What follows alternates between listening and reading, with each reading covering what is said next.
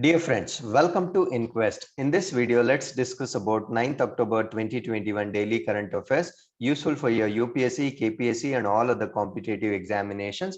And the PDF is given in the description box for your further reading. Let's see the index of today's discussion. After 68 years, Tatas win back Air India with 18,000 crore bid.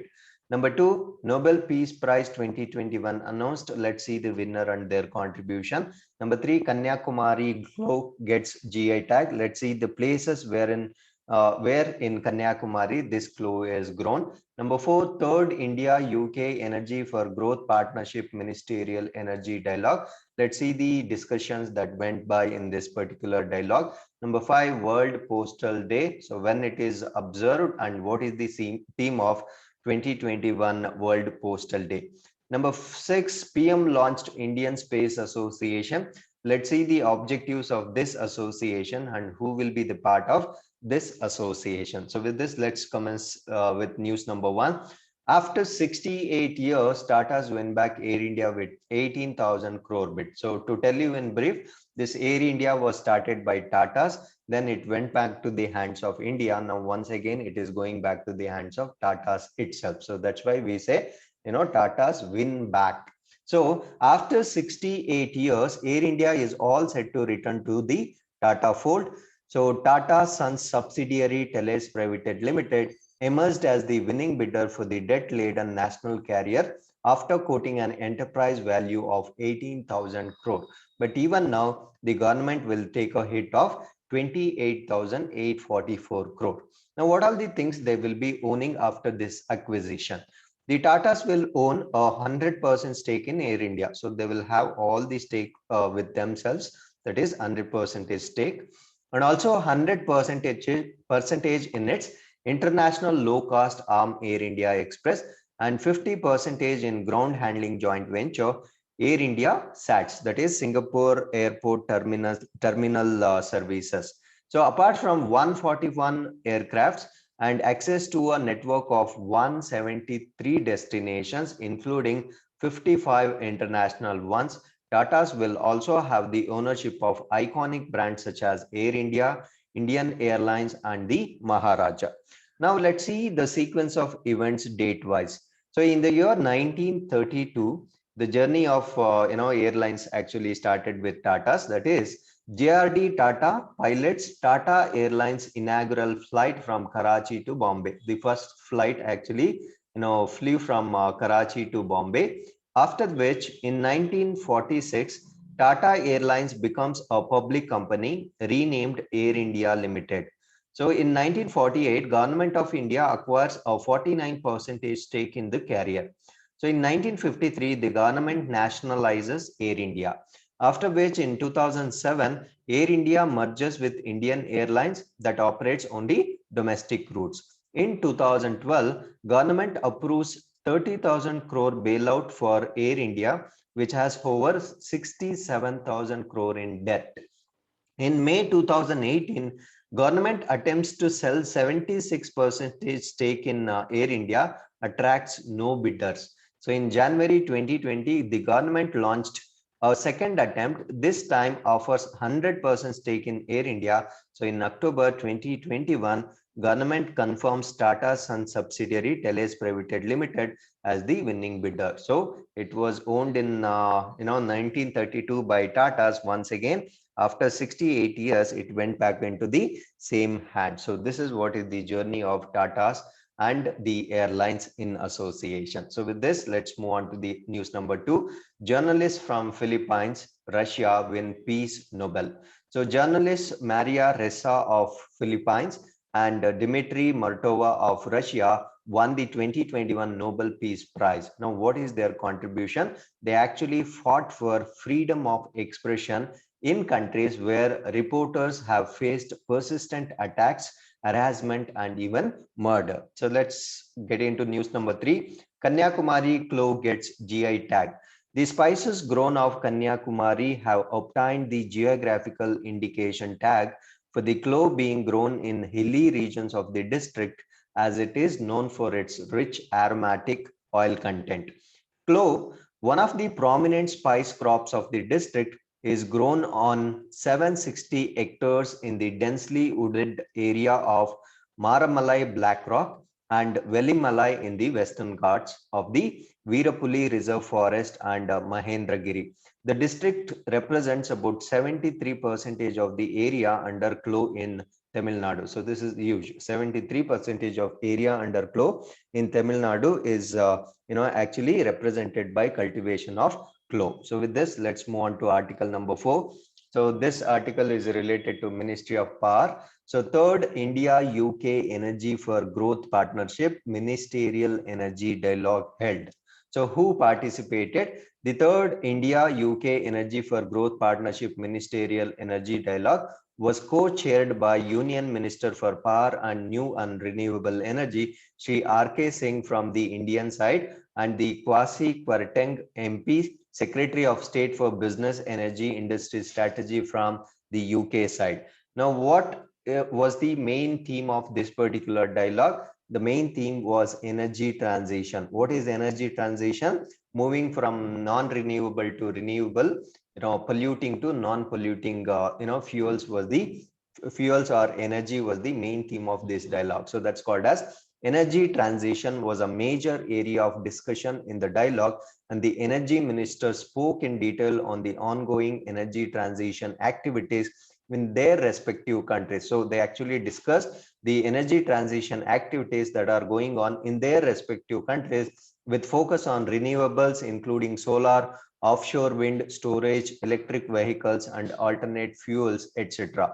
So Roadmap 2030 for India-UK future relations launched by both the Prime Ministers during India-UK virtual summit on 4th May 2021. The sides deliberated and agreed on a forward action plan on power and clean transport, renewables, green finance, and clean energy research as part of the Roadmap 2030, covering a range of topics including establishment of smart grids, energy storage, green hydrogen, charging infrastructure, battery storage, and need for mobilizing investment in the renewable energy along with proposals under multilateral collaboration. The dialogue concluded with, so what was the final conclusion of this? The dialogue concluded with both sides understanding the importance of international cooperation in securing affordable and sustainable energy for the world while setting in motion concrete action plans for driving the clean energy transition in power sector. And main important takeaway point from this article, so this is very important for your essay writing, especially when you talk about alternate source of energy or even in global warming, that is the One Sun, One World, One Grid initiative launched by Honorable Prime Minister could act as a promising alternative to support renewable energy integration in the grid. So in this article, let us also understand the OSOWOG. Now, what is OSOWOG? So it's very simple. So if this is a globe, and we all know that one part of the world will be observing day, and other part of the world will be having night at the same time. Okay, to tell you in brief. So when it is day at some part of the world in many countries, the solar energy will be directly transmitted to other parts of the country where it is night. At the same time, it is done vice versa, during change of day in night in other countries.